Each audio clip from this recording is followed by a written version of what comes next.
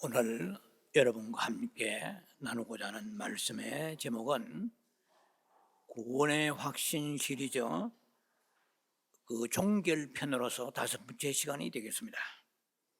메인 타이틀은 하나님의 말씀만이 최종 판결문이다. 서브 타이틀로서는 구원의 확신이 있느냐? 그렇다면 그 열매를 내게 보이라 하는 말씀을 가지고 여러분과 함께 이 한 시간 은혜의 여정을 떠나겠습니다. 우리가 구원의 확신을 갖기 전에 지난 말씀들을 잘 머릿속에 정리하면서 본문을 다시 보겠습니다. 편리상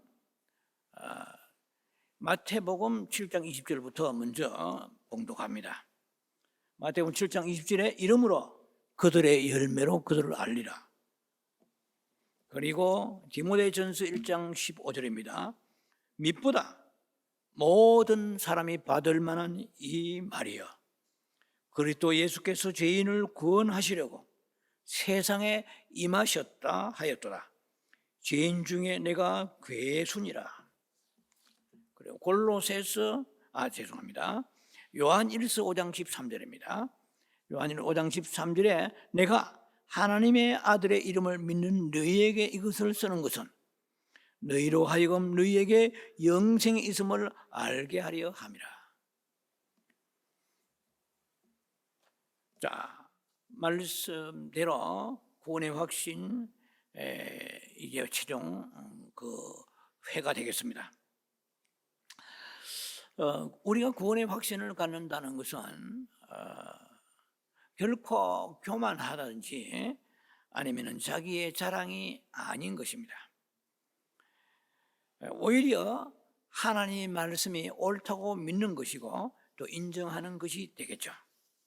자, 그러면 첫 번째 단락에 들어갑니다. 구원은 느낌이 아니라 오직 말씀이 그렇게 말했기 때문이다. 우리가 구원받는 것은 결코 남보다 나은 행위, 좋은 행위로 말미암아 받는 것은 아니라는 것을 여러분도 잘 알고 계실 것입니다. 마태복음 9장 13절에 보면은 나는 의인을 부르러 온 것이 아니요 죄인을 부르러 왔노라 이렇게 말씀하십니다. 건강한 자에게는 의원이 필요 없고 병든 자에게 의원이 닥터가 의사가 필요하다라는 말씀이죠. 예수님은 디모데전서 1장 15절에 보니까 죄인을 구원하시려고 세상에 임하셨다 하였더라 그랬거든요. 예수님이 이 세상에 오신 목적은 단 한 가지입니다. 죄인을 구원하시기 위해서 오신 것 외에는 다른 것 없어요. 물론 그 세부적으로 치료하시고 저주를 끊으시고 이것은 죄인을 구원하실 때에 이루어지는 사건들입니다. 그런데 저와 여러분들은 너무나 복잡한 꿈을 많이 가지고 있어요. 너무나 허황된 꿈들을, 거품 같은 꿈들을 가지고 있습니다. 그 인생의 목표가 단일할수록 파워풀하고 능력 있는 삶을 살게 되고 참 평화가 있고 행복이 임하게 되는 것입니다. 바울은 자신을 죄인 중에 괴수라고 그렇게 말합니다. 그런데 긍휼을 입었다고 고백을 하고 있죠. 만일에 우리 구원이 우리 자신의 어떤 행위 여부에 달려 있다고 한다면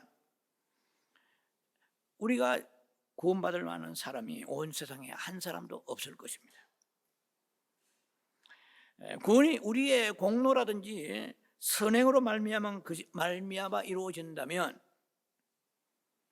우리는 구원받을 가능성이 전혀 없습니다. 자신의 행위를 의지하는 사람은 구원에 대해서 특별히 부화내동한다라고 할 수 있습니다. 그러니까 요리조리 요동친다는 거죠. 흔들린다는 것입니다. 그래서 자신의 행위가 좀 쓸만하고 괜찮으면 나는 구원받을 희망이 있다고 생각합니다. 그러나 흔히 말해 영빨이 떨어진다고 그러죠. 믿음이 떨어지고 행위가 마땅치 아니하다고 생각이 들면 나는 이러다가 버림받고 멸망하지 않을까 하는 두려움에 사로잡히게 되는 것이죠.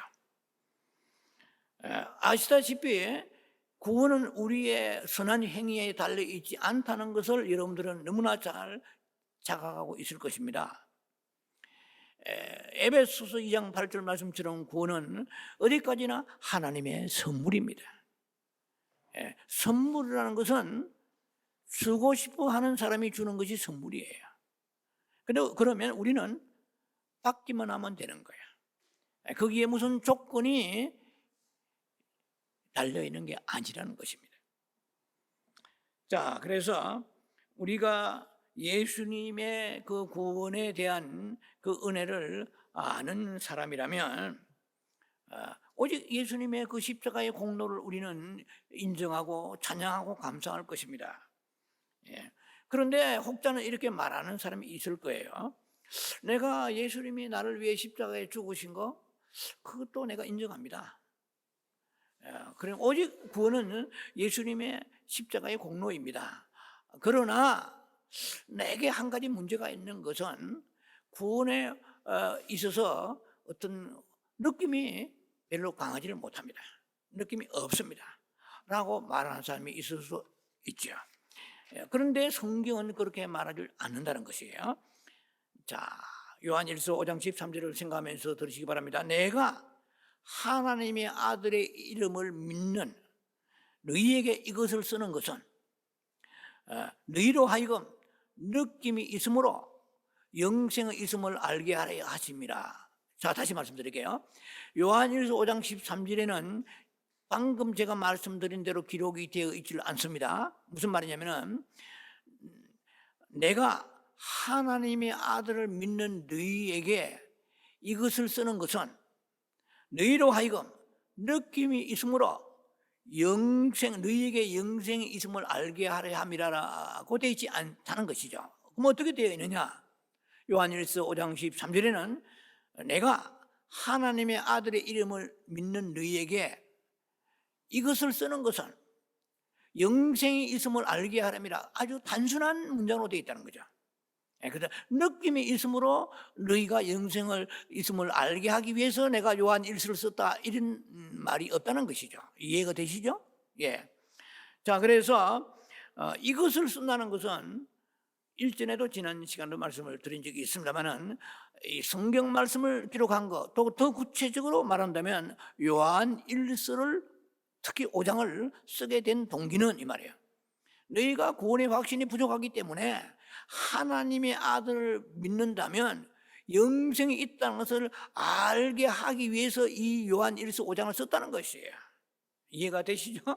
그러니까 이것은 뭐냐면은 이 말세에 수많은 교회 성도들이 구원에 대해서 확신이 있느냐 없느냐 하고 왈부하고 부화내동할 것을 미리 영적으로 예지하고 그것을 간파하기 때문에 했기 때문에 이런 말씀을 기록한 거예요.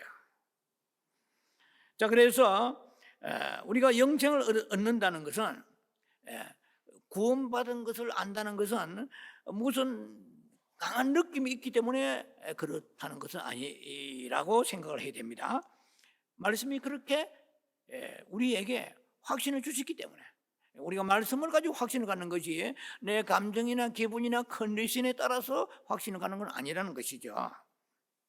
그래서 성경에서 하나님의 아들의 이름을 믿는 자는 구원을 얻었다라고 말씀하셨으니 우리도 구원받은 거예요. 자, 그래서 여러분이 예수님을 의지하고 그분이 우리의 모든 죄를 십자가에서 대신해서 피 흘리시면서 죄를 가져가시다고 믿으면 구원받은 것입니다. 그래서 일단락의 요지는 구원은 우리들의 느낌에 따라서 좌우되는 게 아니라 하는 것을 기억하시기 바랍니다. 자, 두 번째 단락에 오직 하나님의 말씀만이 최종 판결문이라는 두 번째 단락의 제목입니다. 어떤 사람이 너무나 가난했어요. 너무나 생활이 공공하고 궁핍하고 가난해가지고 그 어떤 복지가에게 구구절절히 자신의 그 형편과 사정을 호소하면서 도와달라고 편지를 썼습니다. 그런데 며칠이 지나고 세월이 흘러도 아무 답이 없는 거예요. 그래서 굉장히 불안하고 근심이 가득했습니다. 그런데 그래서 이웃 사람들에게 가서 물어보았어요.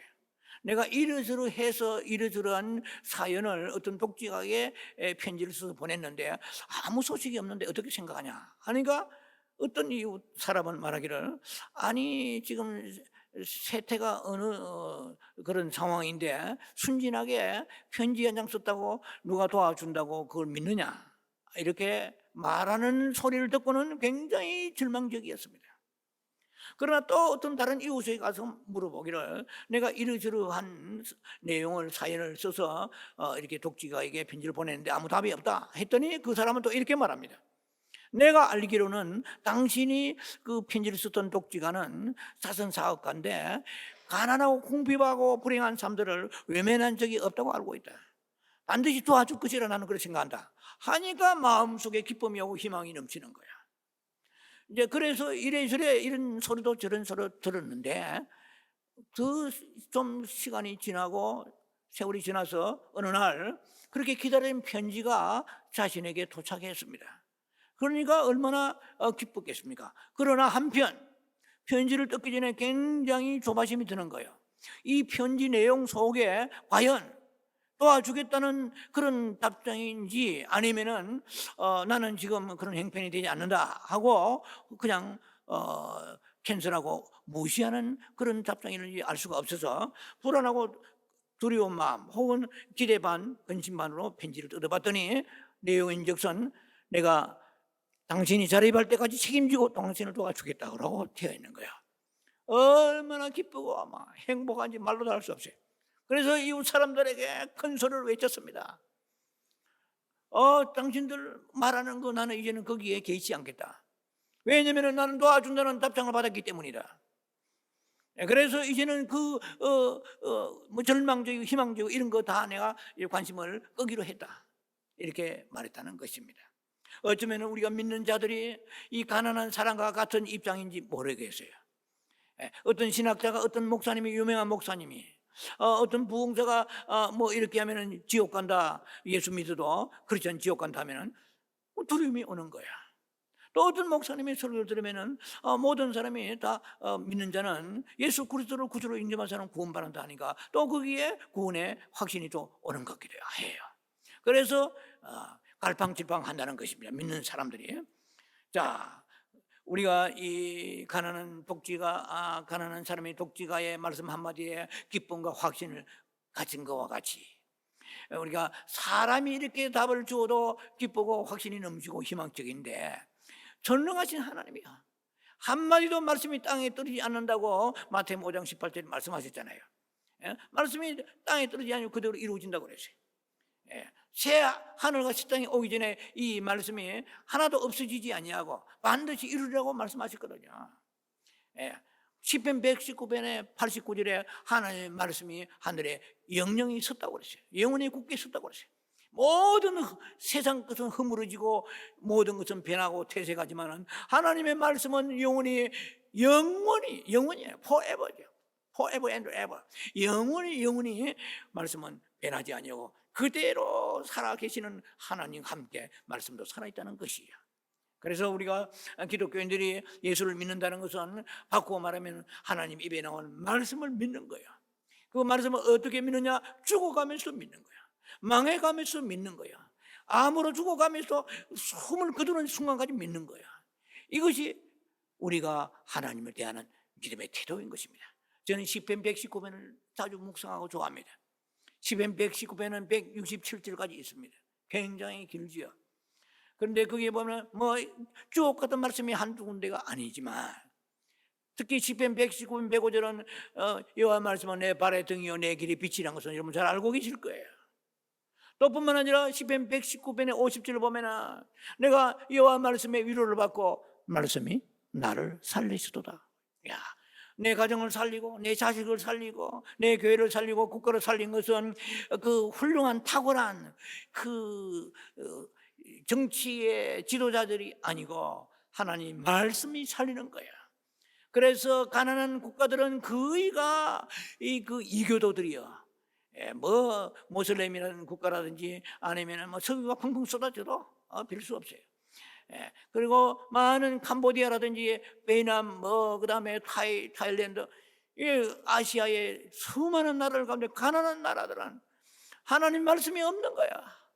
이 정치가를 바꾸고 저 국무총리를 바꾸고 수상을 바꾸어도 가난은 계속해서 끝나지 않는 거야. 자, 그런데 하나님의 그 말씀이 내 영도 살리고 나라도 살리고 경제도 살리는 것이거든요. 시편 119편의 92절인가 보면은 하나님의 내 고난 중에 말씀이 없었으면 나는 멸망했을 것이라. 와, 얼마나 이 말씀이 중요한지 말할 수 없습니다. 우리는 고난 가운데 있을 때는 맨 먼저 말씀을 붙들어야 돼요. 우리가 붙드는 모든 인간의 능력은 한계가 있습니다. 또 오다가 나중에 힘들면 또 올 수 없어요. 하나님은 요한은 시편 46편의 1절에 제가 좋아하는 말씀입니다. The Lord is my strength, The Lord is my refuge. 여호와는 나의 피난처여, 나의 힘이 되시니. 그렇지. 여호와는 나의 피난처, 내가 환난 중에 만날 큰 도움이시라. 그래. 우리의 영원한 피난처 되시고 우리의 영원한 능력이 되시는 하나님. 하나님의 능력은 6,000년 전이나 지금이나 지치지 않냐고, 하나님은 어제나 오늘이나 동일한 능력을 가지고 계십니다. 그래서 우리가 하나님, 특히 구원에 대해서 하나님이 말씀하시면 말씀대로 믿는 거야. 이 가난한 사람은 독지가의 말씀을 믿고 용기를 얻고 희망을 얻는데 하나님의 말씀이 이 독지가보다 못하겠습니까? 그래서 우리는 말씀에 생명을 걸고 나아가는 것이 믿음이요. 말씀이 생명을 걸면 주님은 이렇게 말씀하실 것입니다. 사랑하는 내 아들아, 내 딸아, 네가 말씀에 생명을 걸느냐? 나는 내 명예를 걸고 나의 영광을 걸고 내가 너를, 에레미야 1장 12절, 내 말씀을 지켜 이루리라. 주님은 그렇게 말씀하실 것입니다. 우리가 살아가면서 저도 인간인지라 때로는 여러 가지 위로가 필요할 때가 있습니다. 그러나 우리는 머리를 털고 다시 한번 여호와의 도움이 어디서 올까?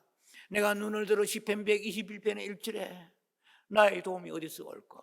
내가 눈을 들어 산을 향해 눈을 들리라. 산이란 것은 그 구약적으로 말하면 하나의 산당 같은 것도 말하죠.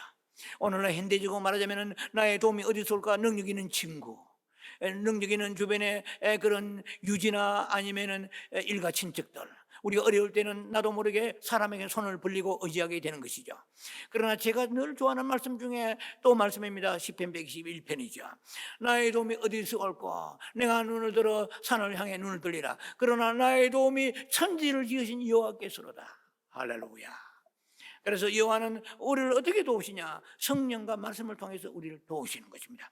그래서 우리가 말씀을 붙잡고 주야로 말씀을 묵상해야 돼요.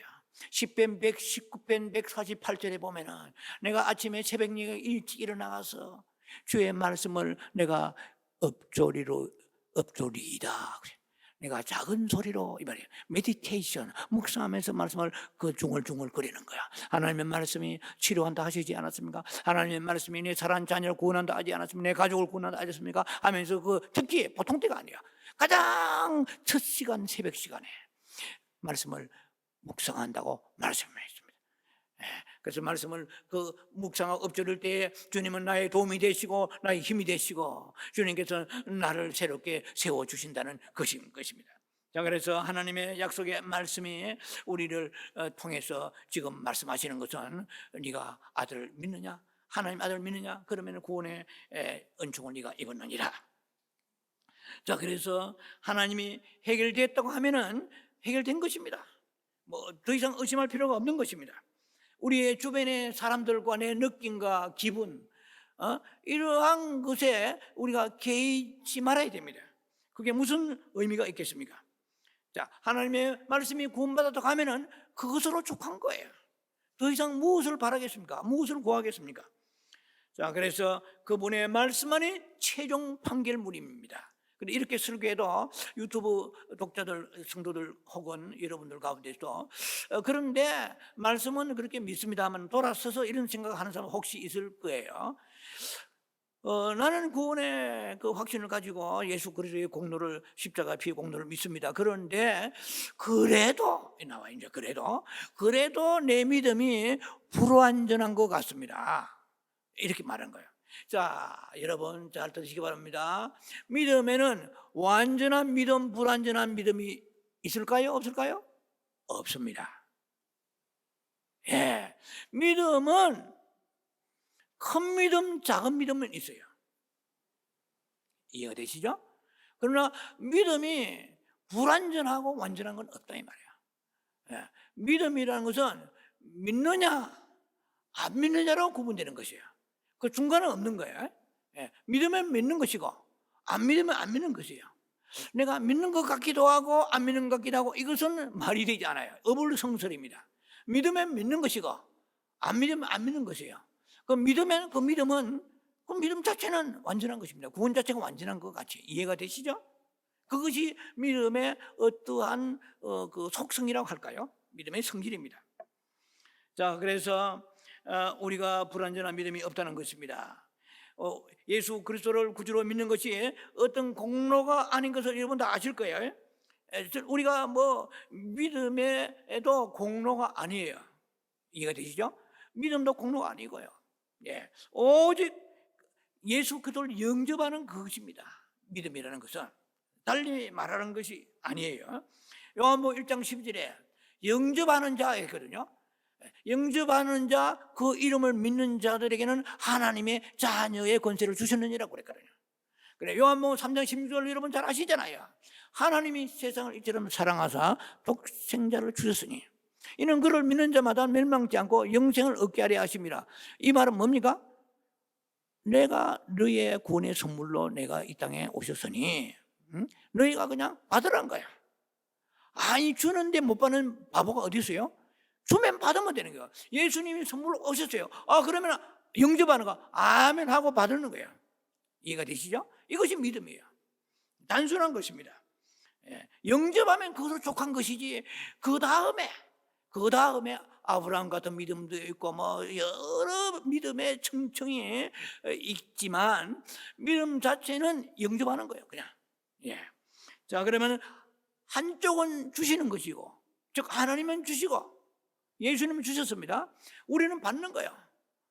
그런데 세상에 제가 말씀드린 것처럼 그냥 받으면 되는 거예요. 아들 주시다 아멘 하면 되는 거지, 거기에 토를 달 필요 없단 말이야. 저도 과거에 36살 예수 믿기 전에 수없이 토를 단 사람입니다. 뭐 이것 따지고 저것 따지고. 그러나 이 말씀은 차 떼고 포 떼고 다 필요 없다는 거예요. 영접하라 그냥. 하나님의 아들 이름을 믿는 너희는 죄인이 아니냐. 그러니까 죄인을 위하여 왔지, 뭐 잘나고 똑똑하고 의인을 구원하러 온 게 아니란 말이야. 모든 사람이 영적으로 병들어 가지고 저주 아래 있지 않느냐. 그러니까 예수님은 그 병든 자를 치료하는 의사와 같이 그 병든 자를 구원하기 위해서 영원히 병든 자를 구원하기 오셨다. 그걸 믿느냐? 그냥 믿으면 되는 거예요. 거기에 다가 온갖 철학이 들어가는 거예요. 온갖 사상이 들어가는 거예요. 온갖 인간의 변론이 들어가고 침튀김에 들어갑니다. 그러니까 안 믿어지는 거예요. 그렇게 말하면 마귀가 역사합니다. 이제 비호가는 영이 역사합니다. 네 말이 옳다. 그래, 가만히 따져보자. 하나님은 이렇고 또 믿는 사람은 이렇고 목사도 이렇고 이러저러하더라. 부정적인 생각을 막 갖다 주는 거예요. 그러면 그게 포로가 되어가지고 믿음이 열리지 않아요. 한마디로 마음문이 열리지 않습니다. 자, 그래서 우리가 예수를 믿는다는 것은요, 믿음의 공로도 아니고, 그 다음에 우선 뭐 죄인의 공로도 아니에요. 어떤 공로도 거기에 끼어 들어갈 수가 없는 거예요. 그저 예수 그리스도가 십자가에서 우리의 구원을 완성하신 것 외에는 다른 것은 없습니다. 우리 중에 죄인 아닌 사람이 있습니까? 의인은 아무도 없어요. 우리가 허물과 죄로 죽는다, 그걸 죽는 자는 모르지. 허물과 죄로 죽으면 영원한 불구덩이 멸망에 들어갈지 모르죠. 그 불쌍한 그 인생들을 위하여 예수님이 죄의 형벌과 끔찍한 그 심판을 멸하시기 위해서 십자가에 그 처참한 참혹한 모든 고통을 당하시며 우리의 죄를 짐을 지고 가셨습니다. 얼마나 정말 고귀한, 너무나 위대한 주님의 사랑입니까? 우리가 지옥에 간다는 것은 한 날도 아니고, 제가 자주 말씀드리지만 이거는 영원토록 불구덩이, 그것도 유황불에서 우리의 뼈가 녹고 살이 녹고 하루도 아니고 이틀도 아니고 계속해서 고통을 받는 거예요. 여러분 조그만 성냥불이라든지 아니면은 무슨 뭐 화덕에 무슨 불에 조그만 살갗이 데어도 얼마나 고통스러운지 몰라요. 인간의 고통이 여러 가지가 많지만은 가장 큰 고통 중에 고통이 화상을 입는 고통입니다. 예. 그런데 이 화상을 전신 화상 정도가 아니고 머리부터 발끝까지 완전히 불구덩이 속에 집어넣어 가지고 녹아버리고 뼈가 녹고 살이 녹고, 그리고 다시 또 그 몸들이 그곳에서 악한 세계 속에서 부활되어 가지고, 그 무슨 생명의 부활이 아니에요. 다시 몸이 재생된다 할까요? 그래서 또 고통을 받는 거예요. 아니, 뼈가 녹아버리고 죽어버리면 끝나야 되잖아요. 그런데 그것이 다시 재생돼 가지고 또 뼈가 녹고 또 고통을 받고 영원토록. 그러니까 하나님이 얼마나 마음이 아프셔서 십자가를 예수님 지게 하셔서 우리 죄를 가지고 가셔서 구원받게 하시겠습니까? 이걸 이 인류 아무리 똑똑한 위대한 인간이나 할지라도 이 하나님의 마음을 알고 믿은 자는 아무도 없는 거예요. 지옥을 알고 믿은 자 아무도 없는 거예요. 그래서 이제 예수 십자가에 달리시고 그 복음이 오늘 우리들에게 전해져서 우리는 그 복음을 전하는 것입니다. 자, 그래서 예수를 믿는다는 것은 우리가 의지할 데가 없는 존재들이죠. 절망적인 죄들이 우리가 그 얼마나 비참한 그 저주로 몰고 가는지 그것을 주님께 의탁하면서 간구하는 것이고요. 그래서 주님 우리를 구원하소서. 자, 이렇게 고백하는 것입니다. 예수님은 오늘도 지금 구원하러 오십니다. 누구든지 참 구원받기를 원하는 사람은 너는 뭐 학벌이, 너는 못생겼고, 너는 뭐 이게 돈이 없고, 너는 뭐 이런 집안이기 때문에 더 좀 내가 고려해 봐야 되겠다, 너는 이런 나라다 말이야, 너는 뭐 흔히 말해서 흑인이구나, 너는 깜둥이다 말이야, 너는 뭐 어떻게 키가 작고, 너는 IQ가 낮기 때문에 이런 모든 것을 주님은 다 초월하셨습니다. 누구든지 주님 앞에 나오는 사람은 물리시지 아니한다고 말씀하십니다. 요한복음 6장 37절이죠. 내게 오는 자는 했어요. 굉장하잖아요. 내게 오는 자는, 예수 믿으러 나오는 사람은 이 말이에요. 그것이 금방 믿는 사람이 있어요. 어떤 사람은요, 세상에 전도해가지고 첫날에, 교회라는 것은 발도 디뎌보지 않았어. 첫날에 교회가 뒤에 딱 앉았는데 눈물이 한강처럼 펑펑펑 쏟아지는 사람이 있어요. 그냥 이유도 모르게 눈물이 쏟아지면서 죄가 막 떠오른 거 회개하고 성령을 받은 거죠. 그런데 어떤 사람은 조지 물러의 친구 같은 사람은 조지 물러가 50년 수십 년을 가도 기도해도 꼼짝도 안 해요. 그런데 조지 물러가 마지막에 죽어서 그 장사 지내는 그 장례식장에서 그 육성의 음성을 들으면서 거기서 예수를 믿은 사람도 있어요. 아마 그냥 나이론 끈타불이죠. 얼마나 끈질겨. 저 고래 심줄 같은 사람들이 있어. 사람의 성격이라든지 사람의 성향에 따라 다른 사람이 있어요. 어떤 사람은 바로 팍 깨져버려요. 어떤 사람은 얼마나 고래 심줄이야. 고래 심줄 아시죠? 질기고 질겨. 막 나이론 끈타불, 나이론 양말이야. 그래도 인내하고 하나님께 나오는 자는, 성경에 저는 믿습니다, 내게 오는 자는 내가 결코 내주지 아니하리라. 할렐루야. 그리고 요한복음 10장 28절에 내가 그들에게 영생을 주노니 영원히 멸망하지 아니할 것이요 또 그들을 내 손에서 빼앗아 갈 자가 없느니라, 그렇게 말씀하십니다. 누가복음의 10장 20절에 너희 이름이 하늘에 기록된 것을 기뻐하라. 할렐루야. 할렐루야. 제가 여기서 설교를 끝나면 굉장히 제가 설교가 쌈박하고 목사님 설교 굉장히 짧습니다. 그런데 저는 영적 욕심이 여기서 끊을 수가 없는 거야. 그래서 3달락이 들어가는 것입니다. 이것이 이제 결론이에요. 3달락. 구원받은 자로서 구원에 확신 있는 자답게 살아라. 제가 이 지금까지 시리즈, 구원의 확신 시리즈 4편의 설교를 하고 또 몇몇 분들이나 또는 그 갈등과 그런 질문도 받았고, 그래서 이 마지막 결말을 어떻게 마무리 질 것인가 기도하면서 이제 3번째 단락에 이 답을 드리게 됐습니다. 구원받은 자답게 구원의 확신이 있느냐? 그러면 구원의 확신 있는 사람답게 살아라는 것입니다. 정말 구원받고 구원의 확신이 있는 사람이라면 열매를 보이라는 거야. 이게 굉장히 중요한 얘기입니다. 구원의 확신이 있다고 자꾸만 나는 자기 체면이라 할까요? 또 자기 확신이라 할까요? 아니면은 자기 어떤 기분이라든지 이런 어떤 데에 휩쓸릴 수 가능성이 있는 거야. 구원의 확신이 있다고 하는데 그러면은 남이 보거나 내 자신이 생각해도 무슨 열매가 있느냐는 거야. 프루트가 있어야 되는 거 아니에요? 자, 그래서 제가 말씀을 보니까 마태복음 7장 16절로 20절에 답이 나와 있어요. 자, 이게 굉장히 중요한 얘기입니다. 제가 본문에 먼저 봉독했죠. 열매로 그들을 알리라. 마태복음의 7장 16절 20절에 보면 열매로 그들을 알리라는 말씀이 한두 번 나옵니다. 그런데 마태복음 7장에 특히 16절에 보면 가시나무와 엉겅퀴가 어찌에 포도와 그 무화과 이거 열매를 거기서 따겠느냐 그랬어요. 이해가 되시죠? 배나무에서는 배가 열리고 사과나무에서 사과 열려야 되는데 끝까지 이것을 사과나무라 우겼는데 열매를 보니까 매실이요. 그러면 그 무슨 나무예요? 매실나무지. 예.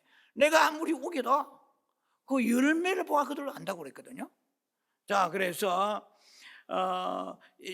마태복음 7장의 17절에 보니까 좋은 나무마다 룻겜미 좋은 나무마다 아름다운 열매를 맺고, 이게 굉장히 중요한 구절입니다. 집중하시기 바랍니다.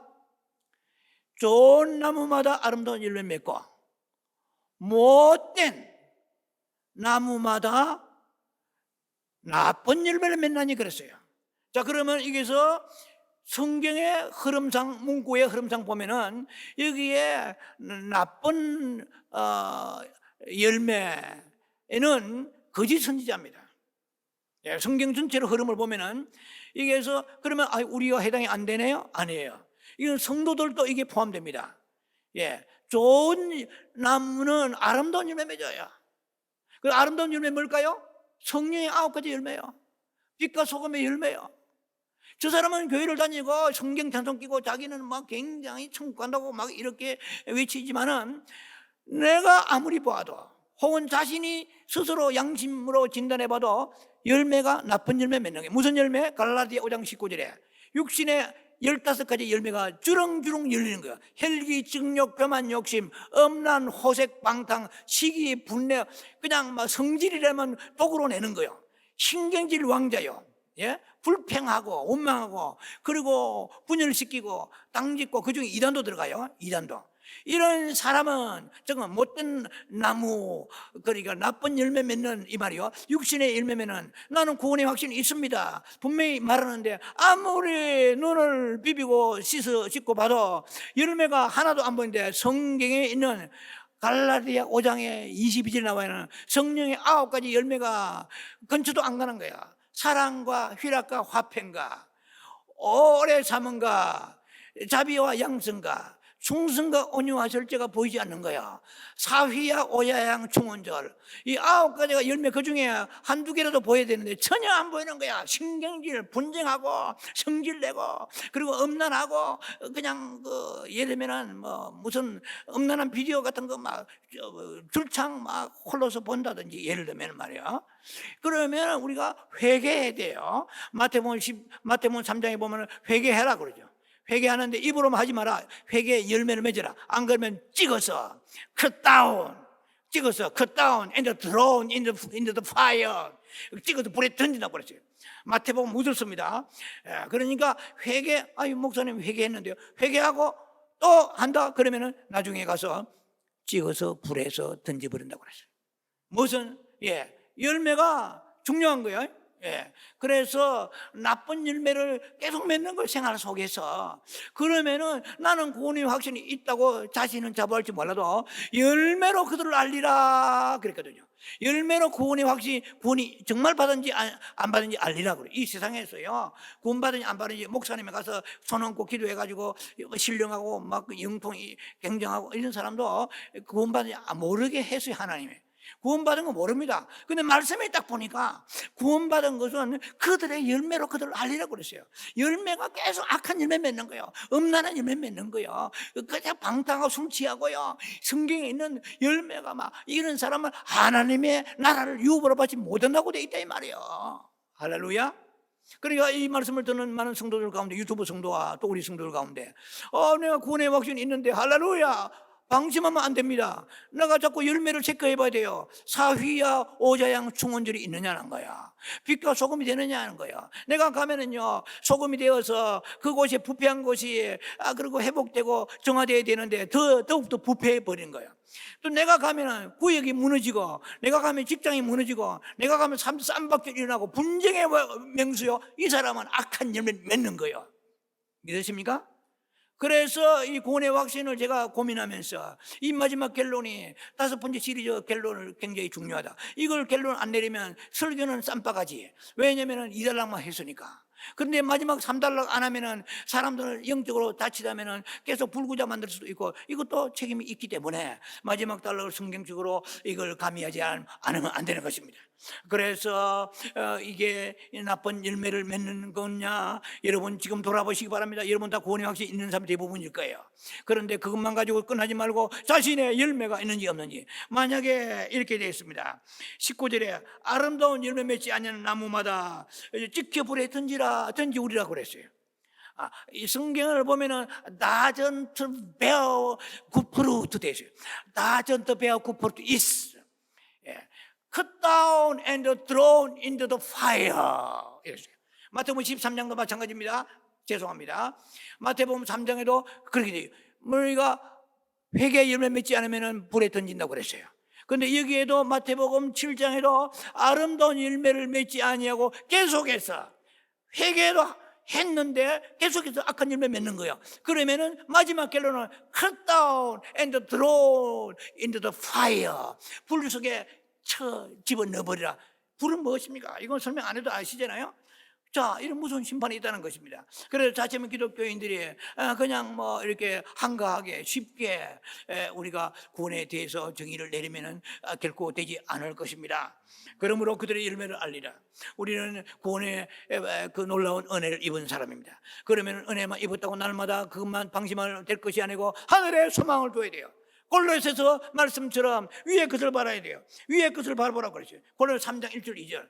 위의 것을 생각하라요. 생각하는 것마다 음란하고 혈기, 정욕, 방탕, 세상 것 생각한다면 열매가 없는 것입니다. 정말 그렇게 계속 살 것입니까? 그러면은 cut down and thrown into the fire. 불 속에 집어 던져보면 어떻게 하겠습니까? 물론 한 번 구원은 영원 구원입니다. 그러나 정말로 구원받은 사람이라면 이 영생은 영원할지 몰라도 가짜 구원이 있는 사람이 있다는 거야. 위조된 구원이에요. 그런데 무엇을 알 수 있느냐 말이야. 어떤 목사님, 어떤 안수기도 예언자에게 가서 될 게 아니고 열매를 보아 그를 안다고 그랬습니다. 여러분 지금 구원의 확신이 있습니까? 하나님 찬송하고 감사하시기 바랍니다. 그러나 그 열매가 없다면 회개하고 돌이켜서 다시 한번 신앙을 증거하며 그리스도 예수 안에서 내가 하나님 아름다운 열매를 맺기를 원하오니 도와주옵소서. 내가 회개에 합당한 열매를 맺기 원합니다. 아버지여, 오늘 돌이키기 원하오니 오늘 내게 하나님 은총을 부어주시고, 그리고 새로운 삶을, 뉴 라이프, 새로운 삶을 살 수 있도록 은혜 가운데 들어가게 하여 주옵소서. 열매로 그들을 알리라. 구원의 확신 가진 여러분들이요, 아름다운 열매를 맺어서 그날에 하나님 앞에 영광이 되고 상급이 되는 축복된 여러분 되기를 주의 이름으로 축원합니다. 기도합니다. 자비하신 아버지, 은혜를 감사합니다. 오늘 말씀을 우리가 3달로 나누었습니다. 우리는 느낌이 아니고 하나님 말씀이 최종 판결문입니다. 그러나 구원의 확신을 가진 자라도 열매로 보아 그들을 안다고 했으니 내게는 열매가 없나이까? 없으면 하나님 앞에 회개하고 돌이켜 열매 맺게 하여 주시옵소서. 뿐만 아니라 열매를 맺는 우리들은 하나님 앞에 늘 감사하며 구원에 감사하며 찬송하며 주님 앞에 살아가는 하늘의 소망도 살아가는 저희들 되게 하여 주옵소서. 예수님 이름으로 감사 축복 기도합니다. 아멘.